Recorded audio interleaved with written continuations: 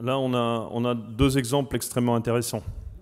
On a le premier en haut avec les roundballs. Ça, c'est une photo qui vient du sud-ouest. On pourrait penser qu'à partir du moment où on a de la pâture, on a des vaches paisibles, qu'on est dans une situation bucolique et agroécologique. Et je suis désolé de dire que non. Là, on est sur une prairie surpâturée. Le surpâturage d'une prairie peut aller jusqu'à la destruction du sol, voire l'érosion.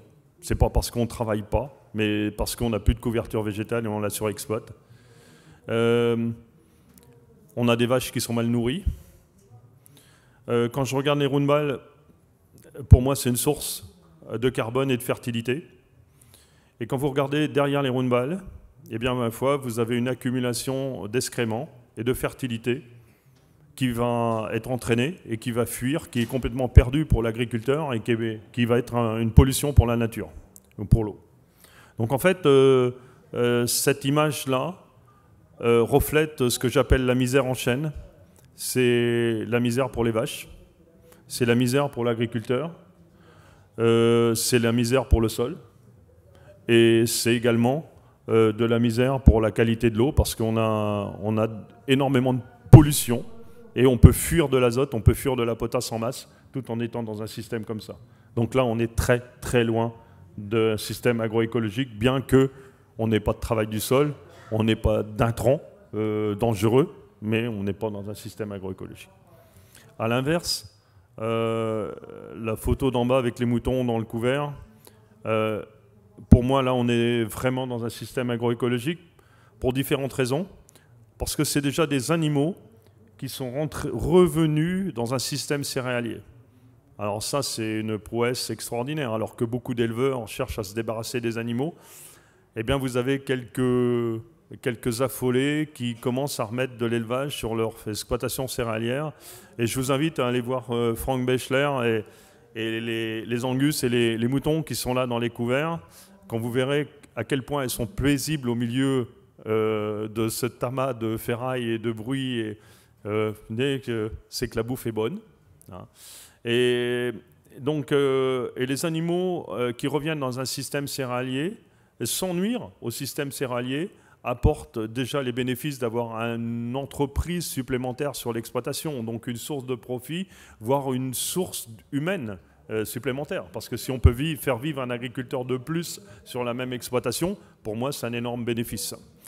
Donc c'est une approche où, en matière d'économie, on ne s'agrandit pas par la surface, on s'agrandit en épaississant l'exploitation. On appelle ça une croissance verticale de l'économie des exploitations. C'est un moyen de valoriser des couverts, de détruire les couverts. Au lieu de passer un broyeur dans les couverts, je préfère passer des moutons. C'est la transformation d'un couvert vert en ammonitrate noir avec des moutons blancs. Et tout ça en complète légalité, avec en plus un profit. C'est quand même pas mal. Là, on commence à sentir quelque chose qui tend vers l'agroécologie. En plus, ça aura un impact sur le salissement. Les moutons adorent les kénopodes, un petit peu moins les amarantes, pas du tout les datura. Mais ils vont consommer une partie, même les graminées estivales. Il y a des sétères, le mois c'est une sétère, ils vont les consommer. Ils vont transformer ça en ammonitrate noir. En plus, si vous pâturez, vous aurez moins de risques que limaces. Donc on va retrouver un avantage derrière. Vous aurez un flux de fertilité plus supérieur. Donc vous allez avoir un démarrage de vos cultures qui vont être mieux en matière de semi-direct. Et puis, comme les bénéfices s'ajoutent, en fait, vous faites circuler les animaux sur votre exploitation. Et quand vous regardez le cycle de la douve et la strongylose, en fait, c'est 6 à 8 mois. À partir du moment où vous faites circuler des animaux sur une exploitation qui sont 1 an, 2 ans sans revenir sur la même parcelle, la question de la vermifuger les animaux pour éviter ces maladies qui sont embêtantes. Et lorsqu'on est en prairie, on est quasiment obligé d'utiliser des vermifuges. Là, on peut se permettre de s'abstenir. Et donc, il faut savoir qu'à partir du moment où vous ne vermifugez pas les animaux, vous n'avez pas les excréments qui contiennent du vermifuge et qui peuvent avoir un impact négatif sur le sol. Donc, oui, là, on a deux situations d'élevage qui sont complètement opposées. une situation qui est très impactante sur l'environnement, bien qu'elle ait une apparence bucolique, et une situation plutôt intensive, mais qui est tout à fait une situation agroécologique.